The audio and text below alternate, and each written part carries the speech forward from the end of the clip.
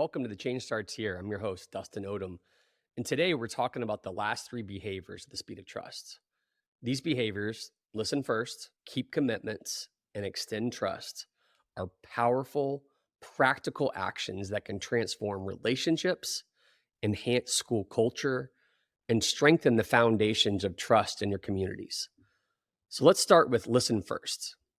Now, as you'll hear in my interview with Ashley Carranco and a few, listening may seem straightforward, but really, listening is often one of the hardest skills to master. As leaders, we're often so focused on solving problems or sharing our own ideas that we can forget simply the value of simply listening. But when we make listening a priority, we demonstrate respect and show that we value the other person's thoughts and feelings. Imagine you're a teacher sharing concerns about a new curriculum with your principal. Which response would build trust? A quick solution or a moment where the principal pauses, leans in, and genuinely listens to understand? Listening, especially in the field of education, is an act of empathy. It tells people we care about what they're experiencing, and it makes them feel seen and heard. This act of listening first changes the dynamic of any relationship because it builds a foundation where everyone feels safe to express themselves openly. So, how can we truly practice this behavior as leaders? Because if I'm honest, it's really hard sometimes. Here are a couple of practical steps. And again, my interview with Ashley Carranco later goes in deeper. But first, we have to create a space to listen without interrupting. My wife will tell you I am terrible at that. I get so excited as I'm listening that we go down 200 rabbit trails, and it's something that can drive her nuts. So it's something I have to work on greatly because I get so excited about every shiny object, every squirrel that I come across. So first, create a space to listen without interrupting. Show that you're not only listening to respond, but you're also taking in the other person's perspective fully. Second, ask clarifying questions. It's not what I was just describing when I did. I ask a question that takes us off path. Clarifying questions show that you're interested and engaged in what they're saying, which obviously helps build trust. Listening first is a simple action, but its impact is profound. Now let's move on to keep commitments. We all know that trust is built on reliability. In education, where so many people rely on us, keeping commitments is crucial. Every time we follow through on a promise, whether it's showing up to a staff meeting on time, providing feedback to a teacher, or ensuring that student resources are available as promised, we reinforce our credibility. Our teams need to know that they can rely on us, especially when things get tough. Keeping commitments goes beyond just the big promises. It's about the small, everyday commitments we make and keep, especially with students. If you tell a student you'll check in with them, make sure you do. If you commit to being at a school event, show up.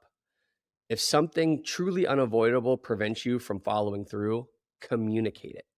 When people see you actively working to keep your commitments, even in challenging circumstances, it strengthens their trust in you.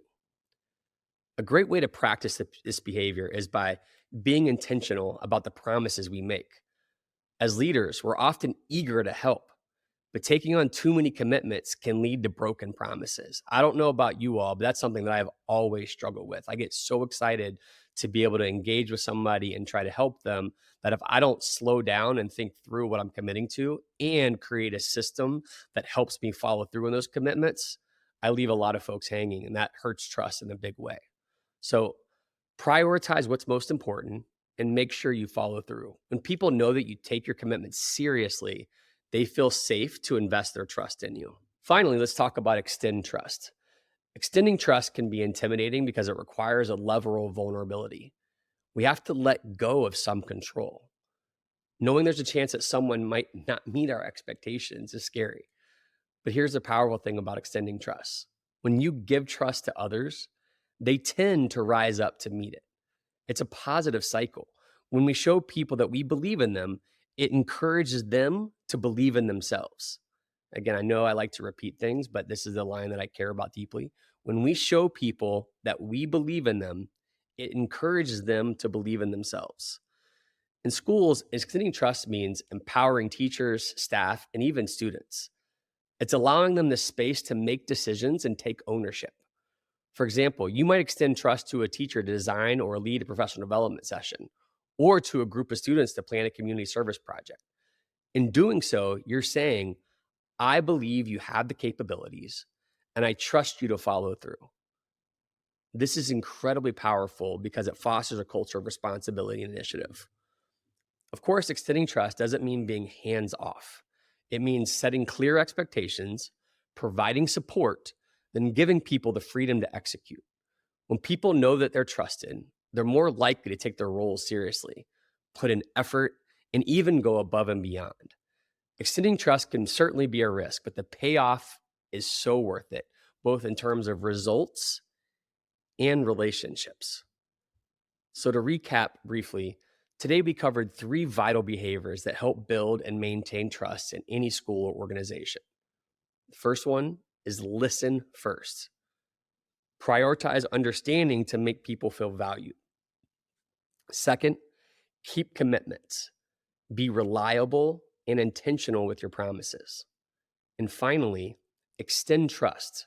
Empower your team and watch them rise to the occasion. Trust is the foundation of effective leadership. And by practicing these behaviors, we're not only strengthening our own leadership, but we're creating a culture where trust becomes a shared value. When trust thrives in a school community, people feel safe, supported, and empowered to do their best work. And that's what leadership is all about. Before I close out, remember, if you want the content, check out our Speed of Trust guide and the show notes if you want to go deeper with it. But also, please stick around for an interview I have with one of my dear friends, Ashley Carranco, who's been a principal and a coach, and she's a managing coach now. So she's worked with hundreds and hundreds, if not get into the thousands schools at this point. And we dive into these 3 behaviors, but more specifically, how do we apply them more practically in a school and district setting? As always, thank you for joining me on Change Starts Here. Remember, trust is built through small, consistent actions. So take what we've discussed, find ways to apply these behaviors in your daily leadership, and let's keep moving forward together. And remember that change starts here. Ash, my partner in crime, love of my life at FranklinCovey. How are you? Thank you for being here with us today. Hey, I am good. I have been anticipating this day. I got all dressed up today. I took a shower. I'm ready. I'm ready. Oh my God, that's so funny. People don't understand when you're living in the virtual world. It's like taking a shower that day. Like you're in meetings all day, every day, but the shower is like, oh yeah, I got to do that today. So thank you for doing that. We appreciate you. I'm Yes. sure your family appreciates you. All right, let's get True. started. You are, for the folks who don't know you, you are a key leader in our organization, and I think a little bit more importantly, my co-MC at these symposiums. And so Yes. you don't have to go into that part because we'll surprise them later. But can you share just a little bit about your role and how trust plays a role in your leadership? Wow. So I serve as a coaching director here with FranklinCovey Education. I have the pleasure of leading the delivery team on the West Coast. Trust is vital. I mean, something you said earlier is we work in a virtual world.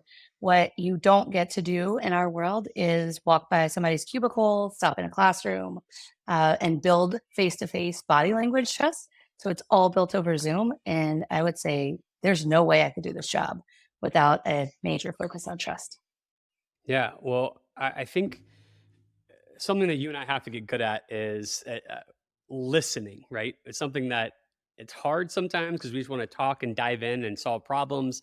And you and I kind of joke about our penchant to dive in and before we listen. And so one of the big behaviors we want to talk about today is listening first. How I guess why is it so important that school leaders need to prioritize listening, especially given like the fast-paced environment they're in? Wow. I mean, if my mom were here, she would say, you were given 2 ears and 1 mouth for a reason. Like, so you weren't You don't have to be raised by old parent to be raised by old school parent, but it's so key. Like, especially in the world, like a high functioning leader, a building leader, C-level leader, we are working on a million things all at the same time. And it's very easy to kind of just listen a little bit and then provide a solution. When really people are whole, they're able to find their own solutions, the solutions within them. They just most often need a process partner. I would say you really need to say, hey, how do you want me to show up to this conversation? Like, do you need me to listen to fix it? Do you need me to listen as a process partner? Do you need me to just listen? Like, what do you need from me in this space? And that is a really good trigger for us as people working a million miles a minute to just stop and pause and see how you need to show up for a conversation. I love that because I find the busier I am, and back when I was with working in schools, it you're getting hit in a million different ways.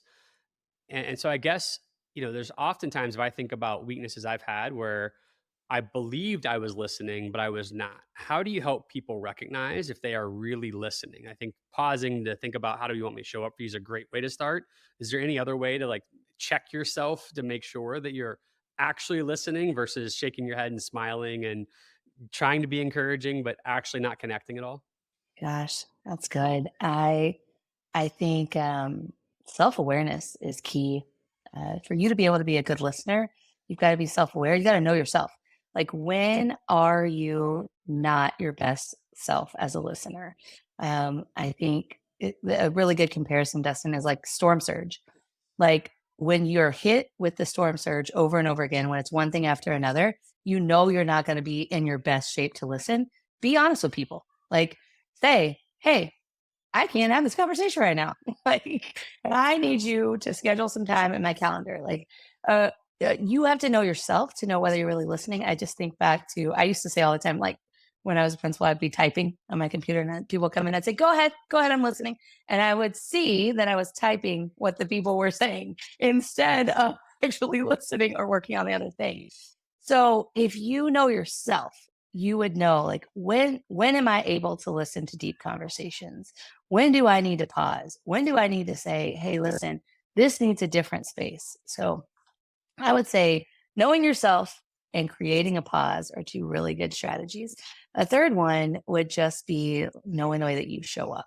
So I think sometimes we show up, especially when we are in certain roles, we think that we need to show up as a solution person. So that's how you show up. So that's the lens that you're listening through. If you could remove all of that and just be in the space, that is going to help you be a better listener and be a really good sign for you. So if you are conscious when you sit down for a conversation, say like, hey, just real quick check.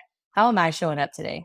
Am I just here present in this conversation? Or am I ready to move on to the next thing? Because if so, that's going to be a barrier for you with listening.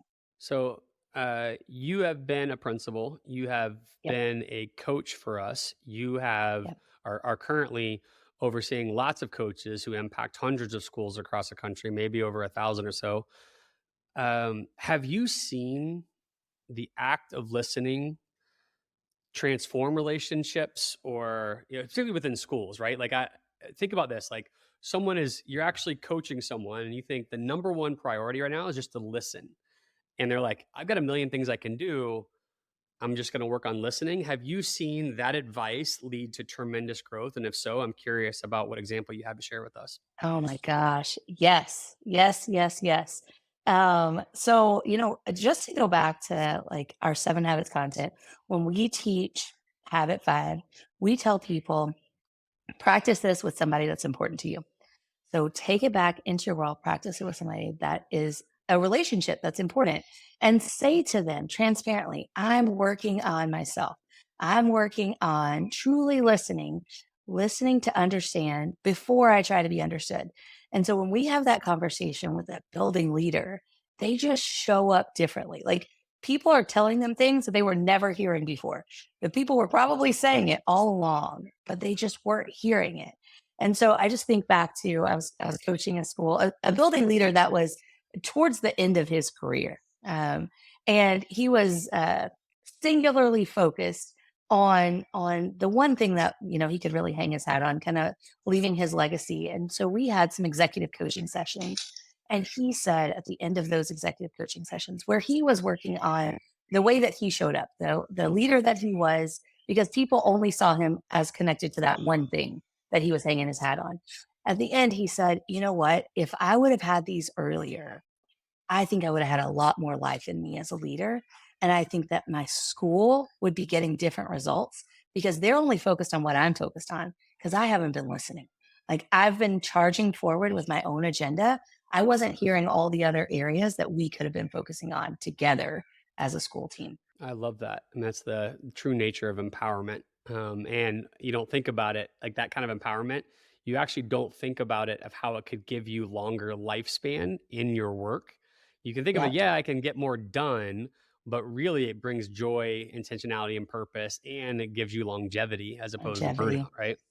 Yep. That's awesome. Yeah. So the next behavior we talked about, which I've talked about before, is keeping commitments, right? And I don't know a leader. I would say it's been very rare in my experience working with principals over the last 15 years or so, where I've worked with a leader who doesn't want to keep commitments or doesn't care about keeping commitments. The challenge is always so many people, particularly in a school leader environment, district environment. How do you, let me see if I can get this right. How do you help leaders navigate the challenges of staying true to their commitments when they're juggling a million different responsibilities? I mean, two things come to mind. One is stop taking all the monkeys. Um, so I think doers are guilty of this. Like people come to us with things because they know we're going to fix them, and so we take them. When really it could just take 30 more seconds, and you can empower somebody to fix their own problem. So just being really intentional, like, is this my thing to take? And if so, where does it go in my task system? So the number two, like I think everybody's well intended, but do you have a good system of getting things accomplished? Because if not, all the tasks go into like never land. We have some content around this, right? You can use Microsoft To Do, you can use pen and paper, whatever it is, just use it with fidelity. Because if you're not writing your tasks down, if you're not following through, marking them off, we all love to mark things off. They're never going to get done. Right. It would just say a really good idea with the best of intentions. Yeah, I remember a mentor of mine when I was probably 24, 25, big time CEO of a large company that we would all know. And he would always have a note card in his pocket, a suit pocket or a shirt pocket, whatever. And it was always, he called it my promise list, right? So he had his Yeah. commitments and his stuff and like his planner. But if he's just having a conversation with just Ashley and Dustin, and I said, okay, I'll do that for you, Ashley, he would have it there. And every night before he went to bed, he would cross it off or make sure at the top of his next I promise list the next morning is taken care of. All right, Ash, as we talked about I'm feeling convicted because the I promise um, activity for me changed my life early on and made sure I was delivering on my promise. I feel like as we got to a virtual world, I feel convicted because I haven't used it as much. I'm wondering, in all of your time working with school leaders or district leaders, have you seen just the habit, someone focusing on keeping commitments, transform their organization and their organization's ability to get results? Yeah. Yeah. Yes. Right. Of course. I think two examples kind of come to mind, like they surface for me. One just recently was shared with me. A paper and pen leader keeps a notebook. You know, when we were paper and pen world, and there are still a ton of you out there, we love you and you're amazing for keeping up with the paper. So they divide the paper in half. The half is the notes and the other half is the commitments. And just like your pocket person said, it's like before they lay their head on their pillow at night, they are making sure whatever their commitments are either scheduled into their coming days or done. Right. So that would be really cool if you're a paper and pen person. Another one is people who are really good about their calendar, scheduling time. And this is something I think maybe we need to be accountability partners and work on this together because I am totally like the as life happens, the email, just like as it happens, but scheduling a time block for email, scheduling a time block for tasks, I think back to when I first became a principal, we went to this time management, like you took your secretary time management training of like blocking out your lunch and how your secretary could block out your calendar and all these things. Like, how did we get away from that? Like that structure, we need the time. I think everybody has the best of intentions. It's the when. When will it happen? So whatever that looks like in your world, whether you're paper and pen or you a digital person, schedule the time for your task. If you put a calendar invite every morning from 7 to 8 for task, then go in each day and put the task that you need for that day. It will be totally helpful for you. We want to hear too. So let us know. I don't usually like to focus on the negative, but what is the downside for folks who don't create a system immediately, who constantly make commitments but don't keep them? What world exists for them in the future if they don't get ahead of this now or don't get on top of this now? Yeah. I mean, it's going to be a direct impact to your credibility. Um, People are human and understanding and will give you grace until it's just too much. So it's going to be an impact to people coming to you, people looking to you to follow through with what you say.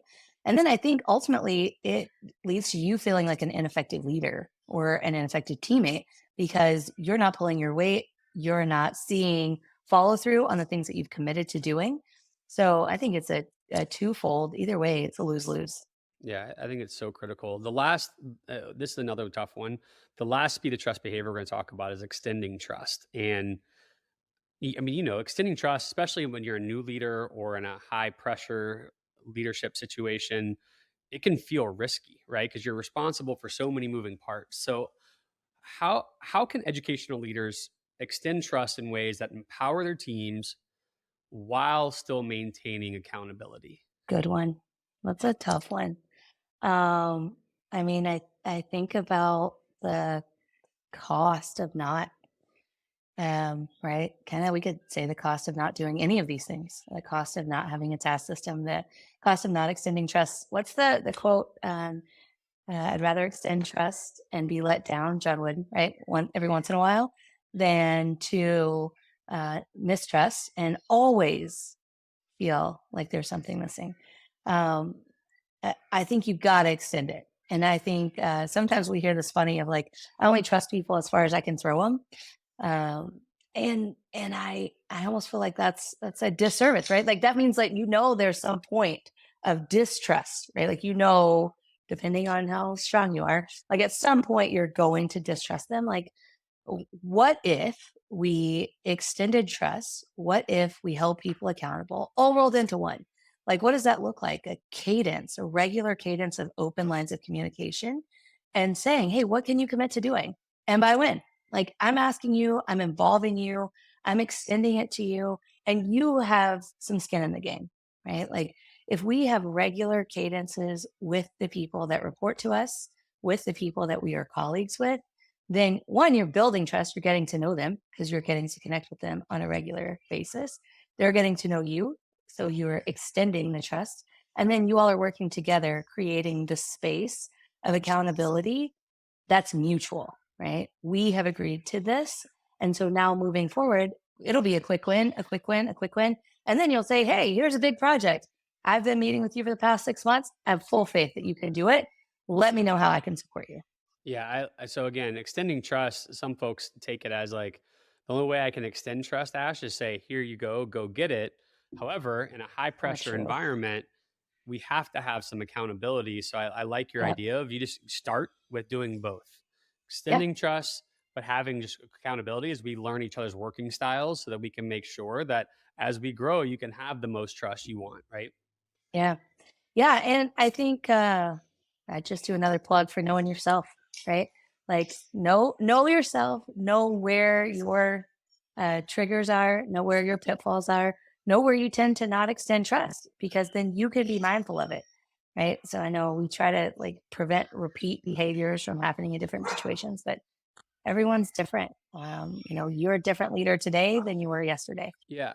So Ash, I've got a chance to work with you for a decade now. It's about to be symposium season. We're going to be together everywhere. Um, I I love how you build relationships. I love the immediate trust and rapport you build with people. And so, my last question for you is, if you could leave our leaders who are listening with one key takeaway about trust that you've learned from your own journey, what would it be? Yeah. God, I have, I don't know if we ever talked about this. I'm a sticky note reminder queen. Not really good with paper and pen, but I put sticky notes like all on my home office setup. And the question is, are you expecting you from other people? And I think that that's really the crux of trust sometimes. Like sometimes we expect more out of people than really we should, right? And did we articulate it? And I think we let ourselves down. We tend to, and we tend to be the only person that's let down because the other person didn't have the same expectations that we did. So my advice is really just think about it. Like, what are you expecting from other people? What are you expecting from you? And do they know what you're expecting? Like, are you clearly articulating that? It'll help everything, all of your relationships. Use it at home, use it at work, use it with your spouse.